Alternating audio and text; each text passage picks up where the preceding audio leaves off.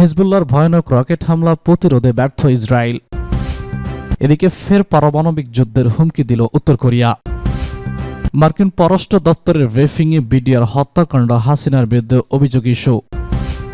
Elon মাস্কের সঙ্গে কোনো বৈঠক হয়নি বলছে ইরানের পররাষ্ট্রমন্ত্রী।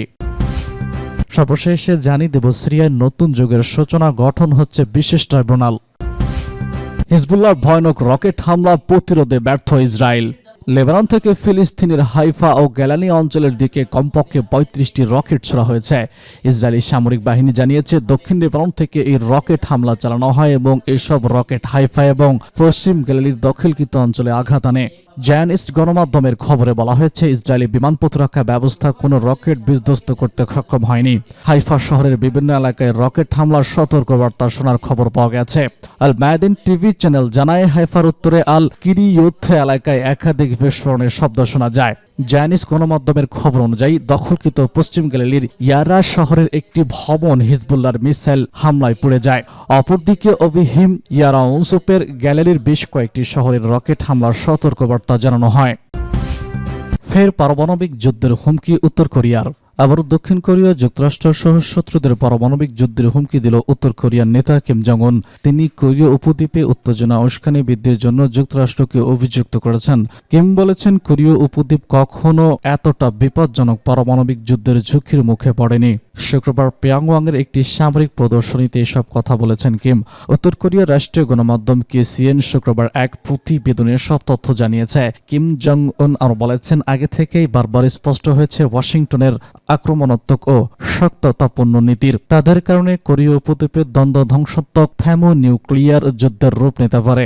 এর আগে পিয়ংইয়ংয়ের ভূখণ্ডে দক্ষিণ কোরিয়া এবং তার মিত্র যুক্তরাষ্ট্র আক্রমণ করলে উত্তর কোরিয়া বাহিনী বিনা বাধায় পারমাণবিক অস্ত্র ব্যবহার করবে বলে হুমকি দিয়েছিলেন কিম জং উন। গেল অক্টোবরে যুক্তরাষ্ট্রকে তিনি এই হুঁশিয়ারি দেন। তিনি বলেছেন, শত্রুরা যদি আমাদের সার্বভৌমত্বকে আঘাত করে সশস্ত্র বাহিনী ব্যবহার করার চেষ্টা করে, আমরা পারমাণবিক অস্ত্র সহ সব আক্রমণাত্মক শক্তি বিনা দ্বিধায় ব্যবহার করব। এদিকে ইউক্রেন যুদ্ধে ঘিরে পারমাণবিক তথা দ্বিতীয় বিশ্বযুদ্ধের মারাত্মক এক হুমকির মুখে পড়ে সারা বিশ্ব। জো বাইডেন ও ভ্লাদিমির পুতিনের পাল্টাপাল্টি বিস্ফোরক সিদ্ধান্তের কারণে যে কোনো মুহূর্তে ইউরোপে বড় ধরনের যুদ্ধ শুরু হতে পারে, যা তৃতীয় বিশ্বযুদ্ধের রূপ নিতে পারে বলে আশঙ্কা করা হচ্ছে।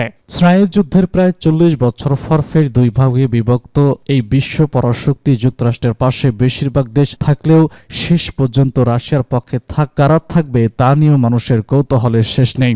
স্নায়ুযুদ্ধ শেষ হওয়ার পর ফের দুভাগে বিভক্ত বিশ্ব। ইউক্রেন যুদ্ধ ঘিরে এই বিভক্তি এখন বেশি স্পষ্ট। একদিকে ইউক্রেনের পাশে দাঁড়িয়েছে যুক্তরাষ্ট্র, ন্যাটোভুক্ত ইউরোপীয় দেশগুলো। অন্যদিকে রাশিয়াকে সমর্থন করছে উত্তর কোরিয়া, ইরান ও চীন।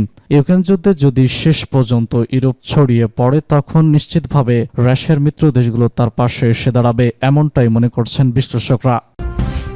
মার্কিন পররাষ্ট্র দপ্তরের ব্রিফিংয়ে বিডিআর হত্যাকাণ্ডে হাসিনার বিরুদ্ধে অভিযোগ ইস্যু। বাংলাদেশের সামরিক বিভিন্ন ইস্যুতে মার্কিন পররাষ্ট্র দপ্তরের ব্রিফিংয়ে নানা প্রশ্ন করা হয়। এবার এই ব্রিফিংয়ে বিডিআর হত্যাকাণ্ডে শেখ হাসিনার বিরুদ্ধে অভিযোগ নিয়ে একটি প্রশ্ন করা হয়েছে। এ বিষয়ে প্রতিক্রিয়া জানিয়েছে মার্কিন পররাষ্ট্র দপ্তর। স্থানীয় সময় বৃহস্পতিবার মার্কিন পররাষ্ট্র দপ্তরের ব্রিফিংয়ে এ বিষয়ে জানতে চাওয়া হয়। ব্রিফিংয়ে আশরাফ হুসাইন নামে এক সাংবাদিক প্রশ্ন করেন, ঢাকার পিলখানা বিডিআর হত্যাকাণ্ডের সংশ্লিষ্টতায় বাংলাদেশের সাবেক প্রধানমন্ত্রী শেখ হাসিনা সহ ৬০ জনের বিরুদ্ধে আন্তর্জাতিক অপরাধ ট্রাইব্যুনালে অভিযোগ দায়ের করেছে নিহত সেনা কর্মকর্তা পরিবারের সদস্যরা। গতকাল অ্যাডভোকেট উদয় তাসনির মাধ্যমে সেনা কর্মকর্তাদের পরিবারের সদস্যরা এই অভিযোগ দায়ের করেছেন। শেখ হাসিনার বিরুদ্ধে বিডিআর হত্যাকাণ্ড মামলা নিয়ে আপনার মন্তব্য কি? জবাবে মার্কিন পররাষ্ট্র মন্ত্রণালয়ের মুখপাত্র বিয়ান্দ প্যাটেল বলেছেন, সবশেষ বিষয়টি সম্পর্কে অবগত নই, তবে বিষয়টি সম্পর্কে আমার দল খোঁজখবর নেবে। আমরা আপনার জন্য কিছু করতে পারলে আনন্দিত হব।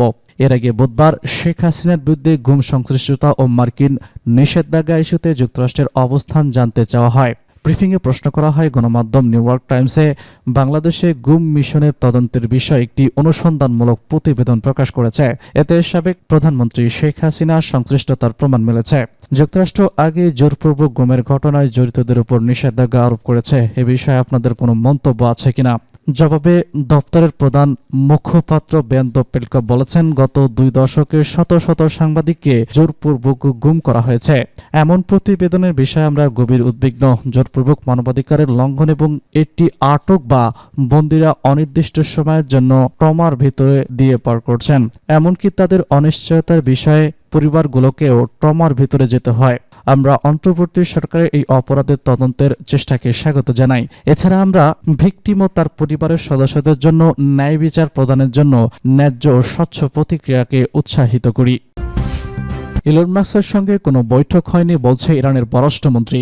জাতিসংঘে নিযুক্ত ইরানি রাষ্ট্রদূত ও যুক্তরাষ্ট্রের নবনির্বাচিত প্রেসিডেন্ট ডোনাল্ড ট্রাম্প ঘনিষ্ঠ মার্কিন ধনকুবের ইলন মাস্কের মধ্যে বৈঠকের বিষয়টি অস্বীকার করেছে ইরানের পররাষ্ট্র মন্ত্রণালয়। 2 ইরানি কর্মকর্তার বরাত দিয়ে নিউ ইয়র্ক টাইমস এক প্রতিবেদনে এসবের কথা জানায়। প্রতিবেদনে বলা হয়, চলতি সপ্তাহের শুরুর দিকে বৈঠকটি হয়। একজন বিদেশি সহকারী ব্রিফ করা একজন মার্কিন কর্মকর্তার বরাত দিয়ে অ্যাসোসিয়েট প্রেস দুজনের মধ্যে একটি বৈঠকের খবর জানিয়েছে।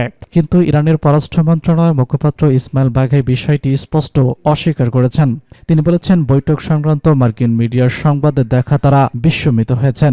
প্রতিবেদনে দাবি করা হয়, ইলন মাস্ক ও ইরানের রাষ্ট্রদূত আমির সাইদ ইরাভানির মধ্যে একটি বৈঠক সোমবার নিউ ইয়র্কের একটি গোপন স্থানে অনুষ্ঠিত হয়। 1 ঘন্টারও বেশি সময় স্থায়ী হয় সেই বৈঠক। ইরানি কর্মকর্তার উদ্ধৃতি দিয়ে প্রতিবেদনে দাবি করা হয়, কিভাবে যুক্তরাষ্ট্রের সঙ্গে চলমান উত্তেজনা প্রশমিত করা যায় সে বিষয়ে আলোচনা হয়েছে ওই বৈঠকে। বৈঠকের বিষয়টি নিশ্চিত হতে মার্কিন গণমাধ্যম CNN ইলন মাস্ক ট্রাম্পের ট্রানজিশন টিম এবং জাতিসংঘের ইরানি মিশনের সঙ্গে যোগাযোগ করেছে। সিরিয়ায় নতুন যুগের সূচনা, গঠন হচ্ছে বিশেষ ট্রাইব্যুনাল। নতুন যুগের সূচনা করেছে সিরিয়ার বিদ্রোহীরা। দেশটিতে 2 দশকের বেশি সময় ধরে ক্ষমতাসীন বাশার আসাদ সরকারের পতন হয়েছে। তার শাসন আমলে সিরীয়দের বিরুদ্ধে যারা অপরাধ করেছে তাদের জন্য বিশেষ ট্রাইব্যুনাল গঠন করা হয়েছে বলে জানিয়েছে দেশটির অন্তর্বর্তী সরকার।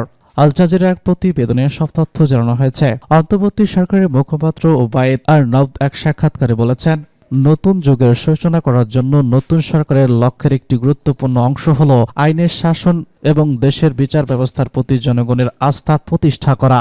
এটি কেবল এখনই হবে তখন আসাদের কুখ্যাত কারাগারে লাখ লাখ সিরিয়নকে আটক ও নির্যাতনকারীদের বিচারের আওতায় আনা হবে।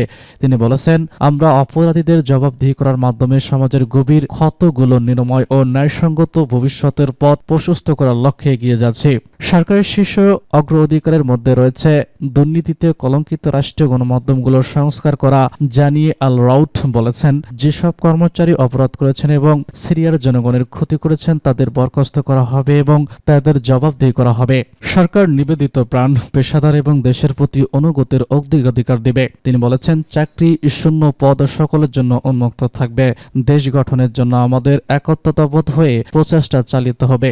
নতুন রাষ্ট্র অভ্যন্তরীণ বাহ্যিকভাবে অবকাঠামো পুনর্নির্মাণ এবং অর্থনীতিকে শক্তিশালী করার উপর জোর দেবে। বাবা হাফিজ আল আসাদের মৃত্যুর পর 2000 সালে বাশার আল আসাদ শাসনামল শুরু হয়। প্রথমে সংস্কারের প্রতিশ্রুতি দিলেও পরবর্তী সময়ে বাবার মতোই কর্তৃত্ববাদী শাসক হয়ে ওঠেন তিনি। বাশার আল আসাদের বিরুদ্ধে অভিযোগ ওঠে মানবাধিকার লঙ্ঘন, বিরোধীদের উপর দমন নিপীড়নের। এর আগে 2011 সালে আরব প্রশান্ত ঘিরে বাশার আল আসাদের ক্ষমতার মসনদ নড়ে উঠেছিল, কিন্তু সে যাত্রায় রাশিয়া ইরানের সমর্থনে ক্ষমতায় টিকে গিয়েছিলেন বাশার আল আসাদ। এবার অবশ্য শেষ রক্ষা হয়নি। রাশিয়া ও ইরান আগেই তাদের সামরিক উপস্থিতি কমিয়ে ফেলে। এরপরে হায়াত তেহরি আল শামের নেতৃত্বে বিদ্রোহীদের গ্রুপ মাত্র 3টি শহর দখল করে নেওয়ার পরই দেশ ছেড়ে পালাতে হয় বাশার আল আসাদকে। গোপনে প্লেনে চড়ে ছাড়তে হয় মাতৃভূমিও।